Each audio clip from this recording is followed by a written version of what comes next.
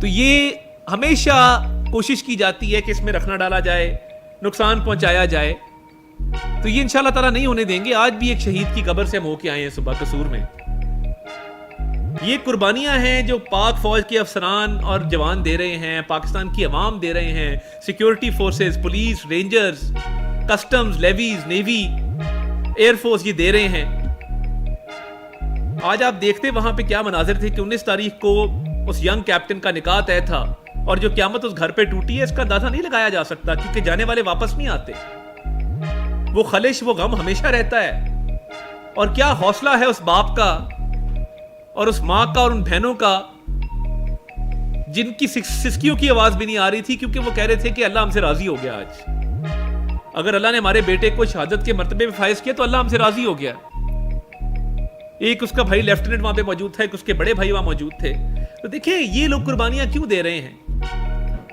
انشاءاللہ تعالیٰ یہ دہشت گردی کو جڑ سے اکھاڑیں گے. پرائم منسٹر صاحب نے چین کے دورے کے دوران بھی بشام کے واقعے کا ذکر کیا, ہر فورم پہ کیا کہ جو بشام کا واقعہ ہوا قرار واقعی سزا دی جائے گی تمام جو لوگ اس میں ملوث تھے, اور چینی باشندوں کی سیکیورٹی کو انشور کیا جائے گا. پرائم منسٹر کی سیکیورٹی سے بڑھ کے اس کو انشور کیا جائے گا.